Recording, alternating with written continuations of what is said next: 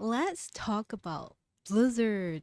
So early this month, in the second week of June, Blizzard actually sponsored a trip for me to go to the US.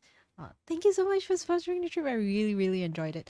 Um, for a 2-day closed door event, that was for the pre-release of Content 4.0, of which we're going to talk about shortly in a bit.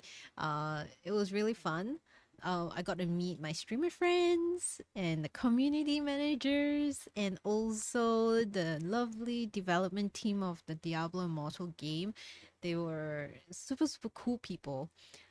They gave us a little presentation and they were like, guys, we worked so hard on this little build here, and it's not very little, but we hope you like it, because we enjoyed making this. So, here you go.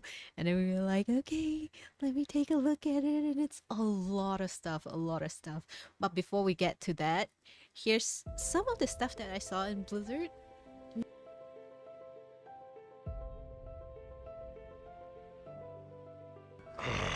Fresh meat.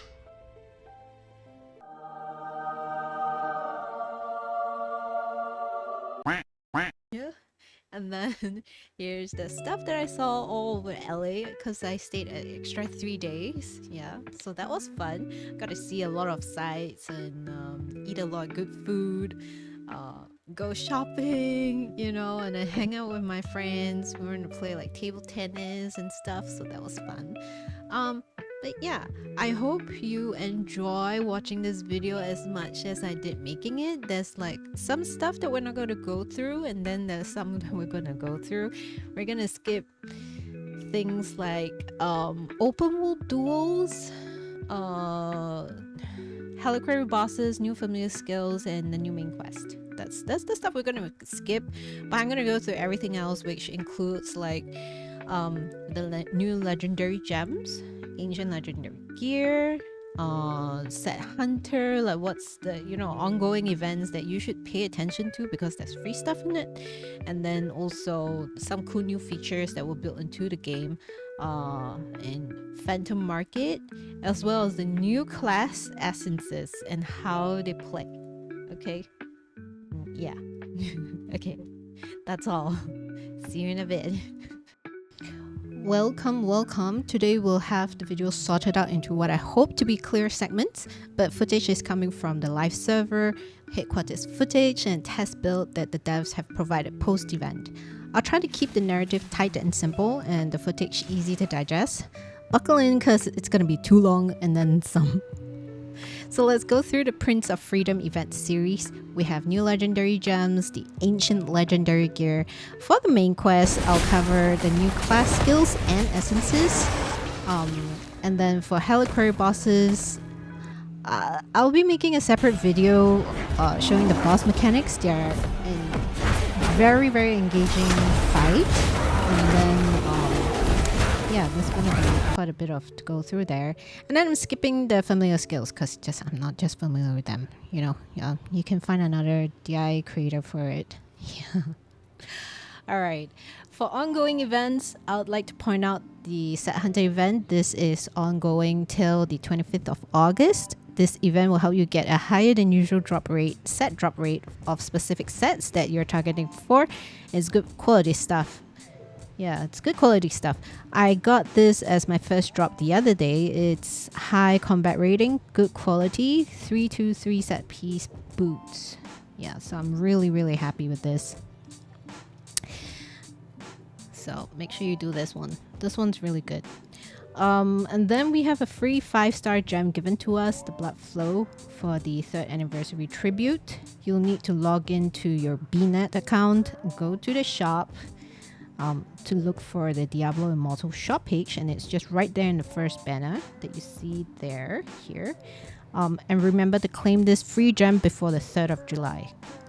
And then while you are here in the shop, go ahead to claim your Wayfarer's offering for a free set piece at the same time. So don't forget about this. Next, we have some cool new features that's been built into the game. These are live already. You can now have an easy overview of the essences that you're using. To do this, just click on the helmet magnifying glass icon just right here above the builds icon, and you'll be able to see what sort of build that you're using, that you've crafted. And the second tab shows you the set gears that you're using. This is good maybe for screenshotting and sharing with friends what you're using currently, because this is a topic that's, well, a lot of us in game do like to talk about. You can also now copy other people's build. I will state the caveat that copying these builds, it doesn't necessarily mean that you'll see the same results as these top players, since you won't have the same exact gear pieces that they have, meaning the combat rating, attributes, magic attributes, or even the same set gear gem slots that they do have. And you're also not going to have the same resonance, character reforges, enchantments, even for attributes, secondary, familiar pet skills, for example, helliquary, demonic remains, amongst many, many other things, right? So you're not going to see the same results as they do have. However, copying a build just means that you're taking an essence and set gear template off of them to work on. Theory crafters might not appreciate that their hard work is being copied off so easily, which I think is super valid given the amount of time and effort they took to understanding a class build and taking the time to craft a build to get to the top. But on the flip side, it might help new players or struggling players study at what works for the top players and theory craft their way up from there. So let's take a look at Universe's Wizard Challenge Rift build that I have copied. This build works really well in Challenge Rifts, not necessarily anywhere outside of it. Maybe it might work well in Verge or Araban because of how fast it moves. Yeah. For me, it does something like 1 million damage per second for the first 30 seconds, and then it tapers off to about 600 to 800,000 damage per second after that. Yeah, so let's go test it out.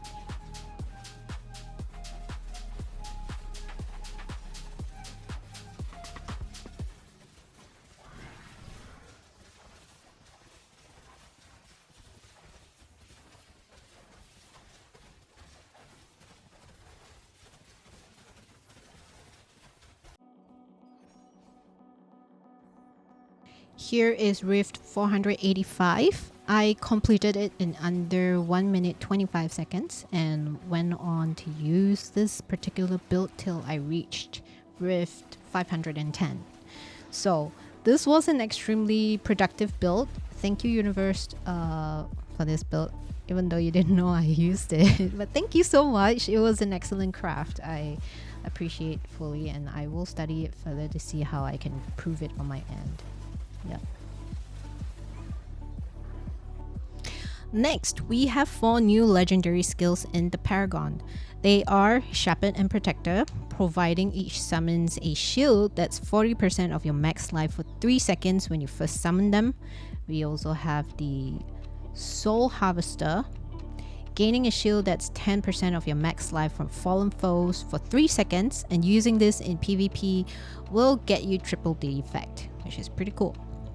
Frigid Blast, where you become Rudolph, the red-nosed reindeer, dashing through the snow. No, you basically chill enemies as you dash, reduce their attack and move speed by 30% for 3 seconds. And lastly, we have Curse of Weakness. When your CC also applies this skill to enemies, it reduces the damage that they deal to you by 30% for 3 seconds. So that's pretty cool. Also, we now have progressive upgrades, so we no longer have Paragon points just sitting idly in our tree. We can now make use of the points however we see fit, and as you can see, each point upgrade allows you to see what gets upgraded next. So I think this is pretty cool. Very good quality of life update here. And moving on to new gems, I'm going to show you the rank 10 gems and then rank 1 and then what I made on my main character. So here's the 1-star gem, Surging Sea. Here we go.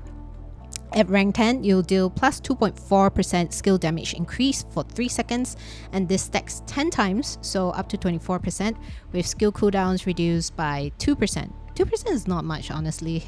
Yeah, it's not much. And then at rank 1, skill damage increase is only by 0.8% and up to 8% with no skill cooldowns. And then at rank 5, we'll have 1.2% skill damage increase up to 12% and skill cooldowns reduced by 1%. Honestly, I'll still stick to gems like Entropic Well for 1 star because you get attack speed on top of the skill increase, or continue to use my power and command gem, but I can see how if all you want is pure skill damage, this might be useful. Yeah. Next, this would be the Stubborn Oracle. It is a defense gem where taking damage produces a front-facing shield for 6 seconds, blocking against enemies by 48%. It also reduces the duration of loss of control effects on you by 9%. Of course, you need to make sure that you protect your backside because it's totally exposed. Yeah. So at rank 1, your block rate is at 18% with no reduction in duration for loss of control effects. And at rank 4, we have a block rate of 30% with a reduction of duration and loss of control effects by 9%. Lastly, we have the 5-star gem, the Blood Flow, where producing crit hits causes your character to enter a blood rage for 6 seconds. At rank 10, this increases your damage by 20% and your crit hit damage increases by 40%. While in blood rage, all crit hits will cause rend flesh, where enemies bleed for an additional 10% base damage per second for 3 seconds. And then while you're at it, your crit hit chance goes up 4% for each nearby bleeding enemy, up to 16%. I forgot to film rank 1 for this, but here's my rank 2 gem. At rank 2, damage done increases by 11% and your crit hit damage is increased by 22%. And then when you're in blood rage, crit hit will also cause rend flesh at the same rate of plus 10% base damage per second for 3 seconds. There is no crit hit chance increase at rank 2. So this is how the gems all work in tandem at rank 10.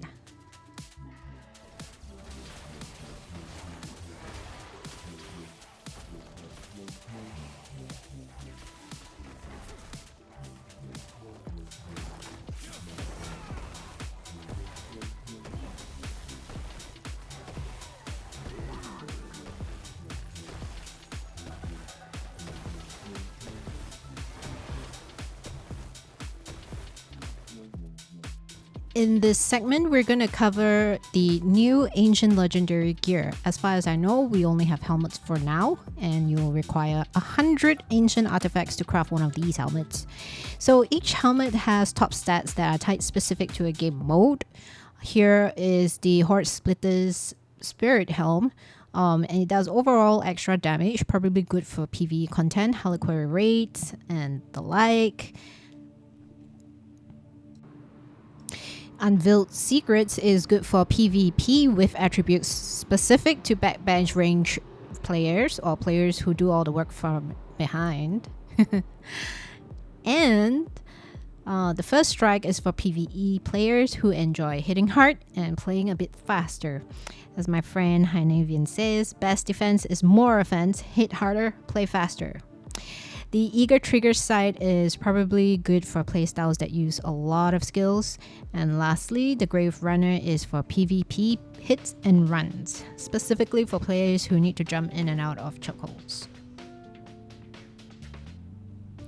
This time I've decided to craft an Eager Trigger sight just because the Druid does use a lot of skills. So here we go. We also have cursed properties, which I didn't go and reforge. But you can see at Inferno 9 we have combat rating of 4000. Here let's segue a bit and show you the fine craft enchantments for the Druid so you know what to expect.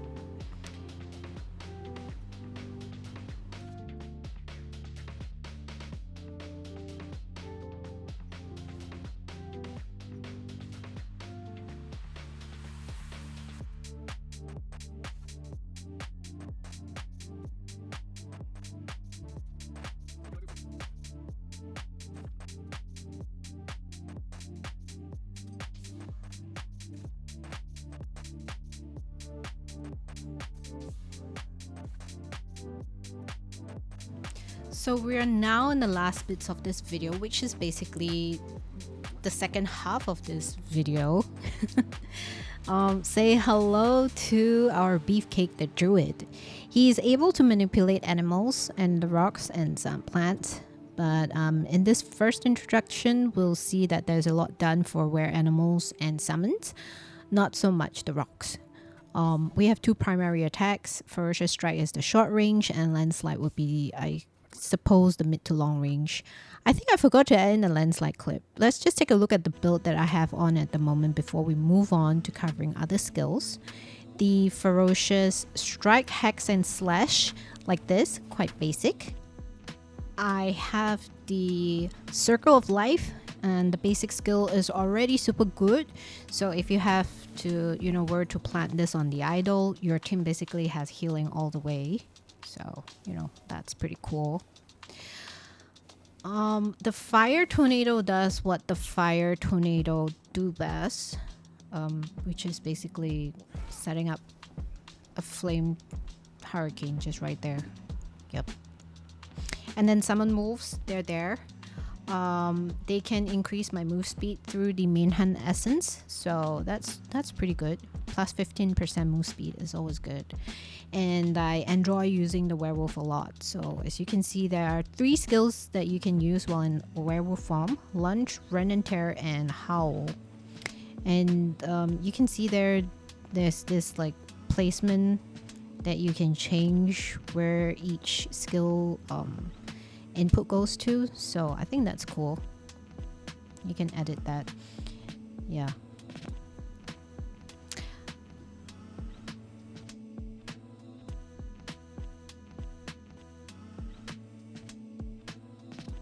So this is gonna be more show than tell, and here's what my essenced werewolf form can do. Yeah. If you press the 4th button, you basically go back to human form.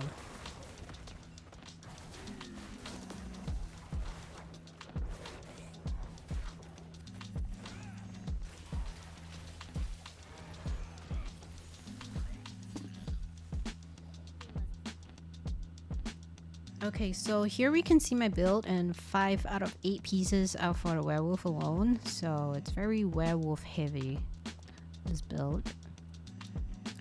And here I'm gonna showcase to you the essences for the build I have on already, and we'll start with the Circle of Life. Safe by Nature allows you to continuously heal you and nearby enemies. Nearby allies. Yeah, not enemies. You're not gonna save your enemies, save yourself. But here you go. You're continuously healed there. It's not much though.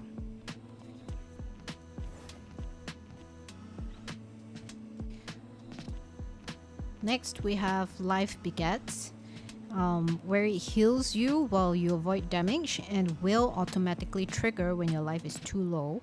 So when it gets automatically triggered, it also damages and stuns nearby enemies. So it's kind of a bit like Blessing of the Worthy, but it heals you too. On its own, it's not as impressive as the basic skill, I think, like in terms of healing. But the stunning and damaging enemies at the same time, I think, is a useful addition to the skill. Lastly, we have Wild Surrender. I like this one the best because you can now channel your healing, plus it generates primal power while at it. The only downside is that you can't move while doing so, but this is not really too much of an issue if you time it right. So yeah, that's Circle of Life for you. Maybe let's take a look at the buff skills that we have in the game. We'll start with Rabbit Might. So Rabbit Might is the opposite of Bob's Barbarian's Demoralize. So this one, it actually increases the max life of nearby allies by 12.5% and then your own life by 25% for 180 seconds. And also you're immune to the next 3 total loss of control effects for 6 seconds. we have the pants piece Alt Abundance, and this modifies your rabbit might to now increase your max life until you die, and it also increases your primary attack damage based on your current primal power.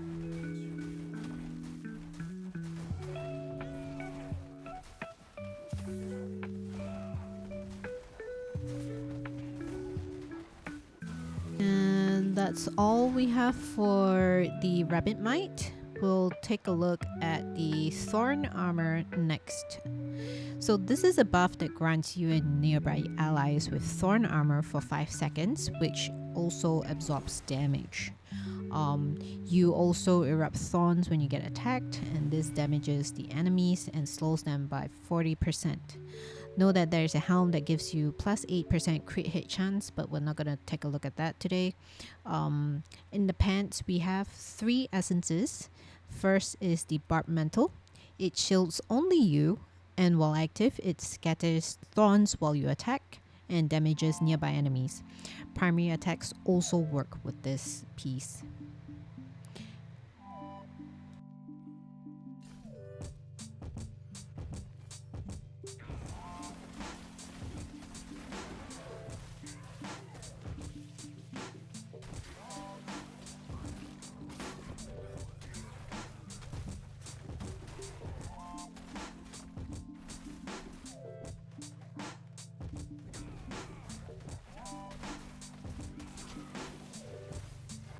The second pants essence piece is Flesh is Fertile Ground, which now can be toggled on or off. So this uses your primal power to grant damage reduction to allies within your circle while dealing continuous damage to enemies within it.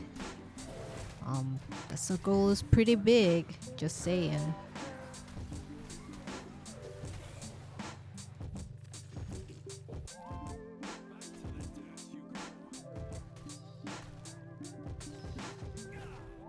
And then the third piece is the Coat of Fecundity. This is where vines will follow you where you go, and it also does continuous damage to enemies with infecting them with smolder seeds. Infected enemies will explode if they are also burning.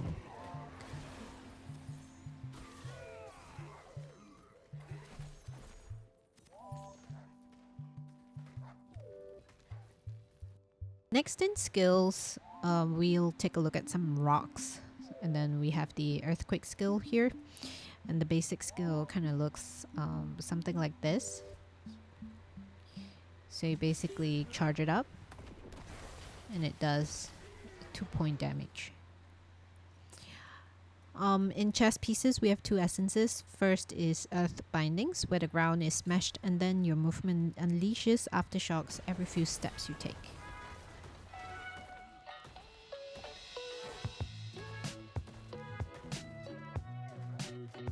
The second piece is Whispers of the Soil.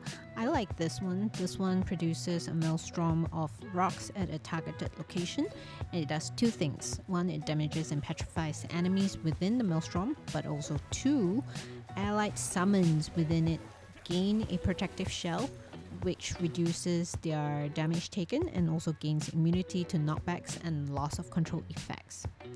In main hand, we have 1 essence that provides you a shield for 4 seconds and makes you immune to 1 total loss of control effect. The other rock skill we have is Surging Stone. I must say I've grown to enjoy this skill a lot while trying out the Druid. The basic skill provides a lot on its own with AoE damage, throwing up the rocks from the ground, but it also does dot damage with a bleed of 8,000 damage per second over 3 seconds, and not only that, it also knocks enemies up into the air once every 6 seconds. This uses a lot of primal power though, so keep that in mind. We are moving on to transformations next. We have 2 animal transformations that provide dash skills. Let's look at the Raven Swarm. You transform into a swarm of ravens which dives down into your target location and dealing damage to the enemies in that area.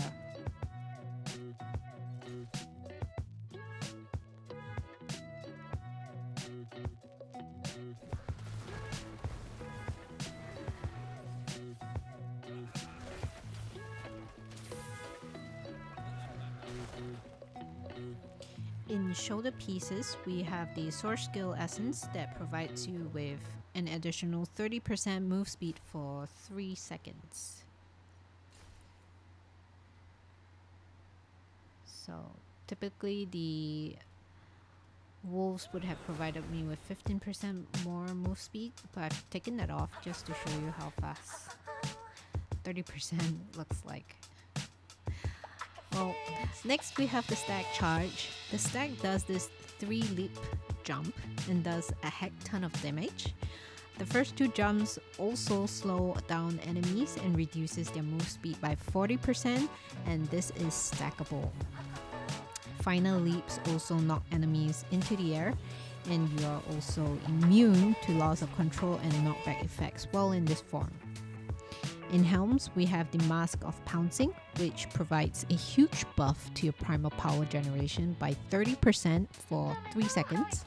And in the pants, the Scorched Birth allows your stag form to leap to a targeted location and generates primal power according to the number of enemies you hit.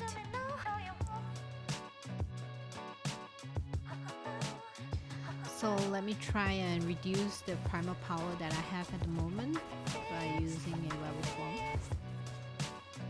And then here we go. That's a good solid 30%.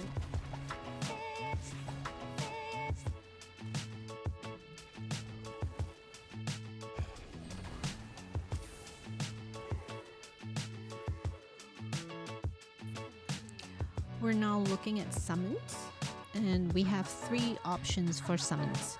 We have the wolves, which you've already seen, a grizzly bear, and some cute little oak sages.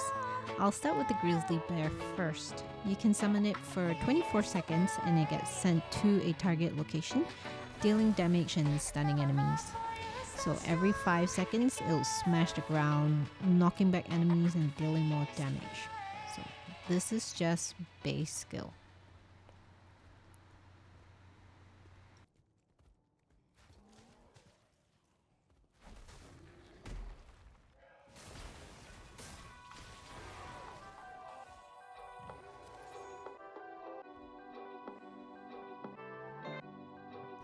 In helms, we have 2 essences for the grizzly bear. First, we have Yawning Maw, where you can summon a fire bear, which can burn nearby enemies continuously.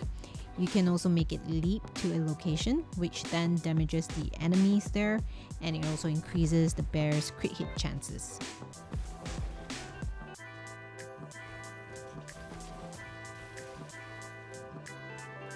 The second helm piece summons this bear that has thorn powers?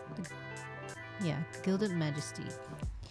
It can attack by smacking the ground, and then that produces thorns, and as like a byproduct of the action, that stuns enemies.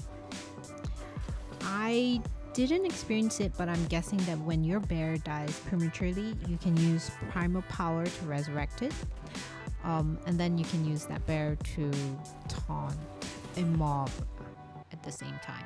Next, we have the oak sages, and what I think are super shy creatures. So as a basic skill, you need to deal a primary attack first for the oak sage to appear. Only then are you able to send it to a target location to deal damage in the form of a self-destruction. So this action also immobilizes enemies for 4 seconds.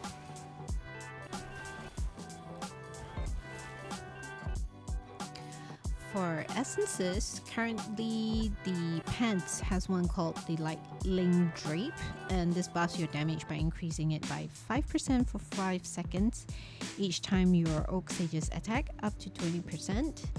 And in main hand we have 3 essences.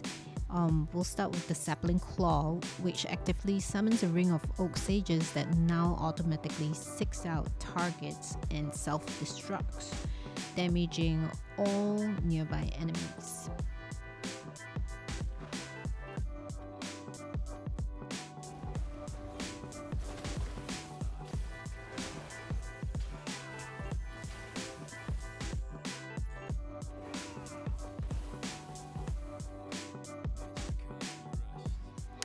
The Sedakin is a protective summons essence.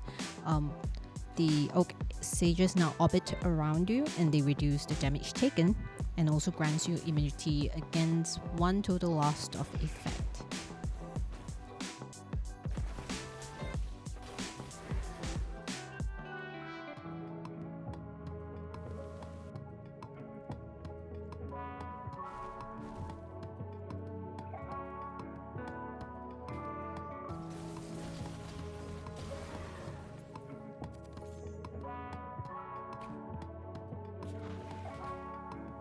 Lastly, the Tuskguard actively summons 3 Oak Sages, who will infect enemies with smolder seeds that explode if the enemy is burning. And this is similar to the Thorn Armor Essence piece, the one that's called Code of Fecundity, where the vines follow you and then they also produce the smolder seeds. So that's pretty cool. We are finally at the Were transformations. We've seen what the werewolf can do, so let's check out the Werebear first and then we'll cover both Were essences. When the Werebear first transforms, it lets out this roar that stuns and damages nearby enemies for 2 seconds. And then in Werebear form, you gain a stack of Ursine Endurance, which makes you super tanky. It reduces the damage taken and duration of loss of effects by 3%. The primary attack is a maul, with 3 skills to use while in Werebear form: the Crush, Bound, and Mangle. So these are like 2 attacks and 1 sort of dash move skill. The basic bear looks and attacks like this.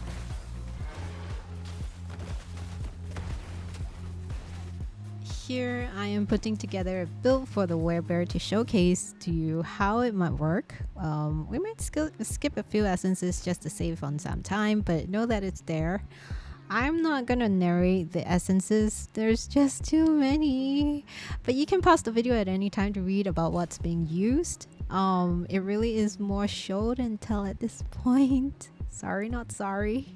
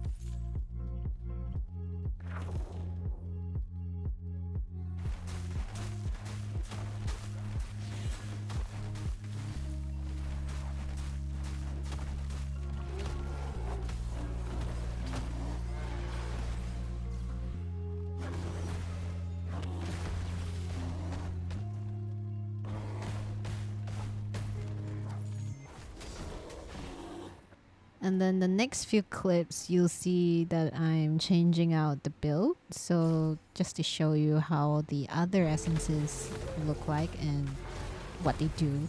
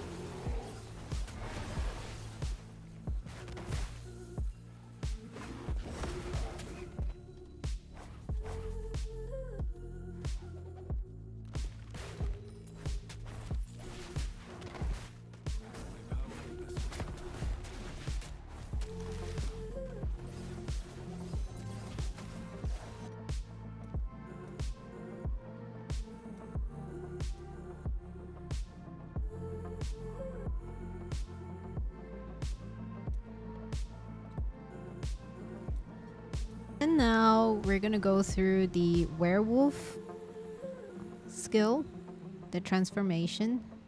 So they have rend and tear, lunge, and howl, which makes this 2 move, sort of move dash skill, and 1 attack skill.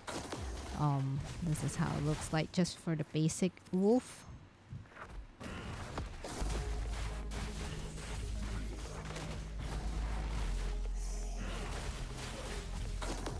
And again, I'm not gonna narrate the essences, but you can check them out. It's I really like using the werewolf over the bear. That's just more my speed.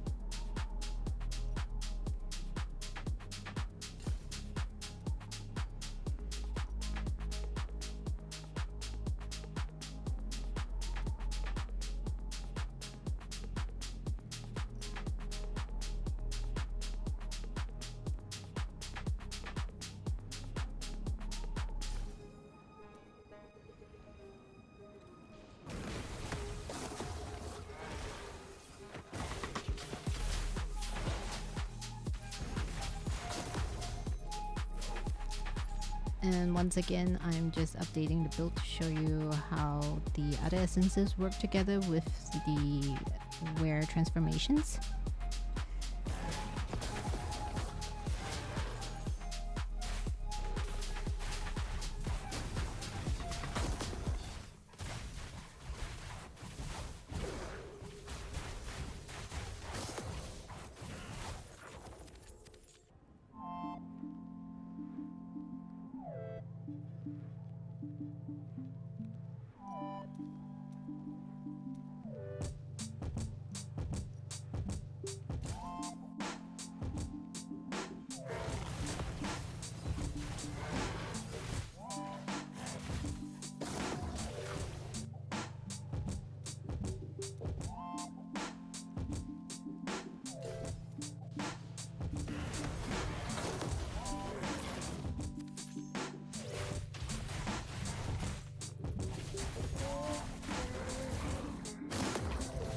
Alright, so this is the werewolf transformation, and this really marks the end of the video, finally.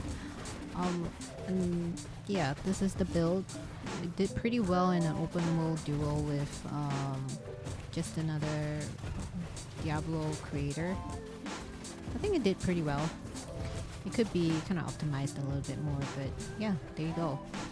I hope you enjoyed the Druid as much as I did playing it in this playtest. And I'll see you in the next video. Bye!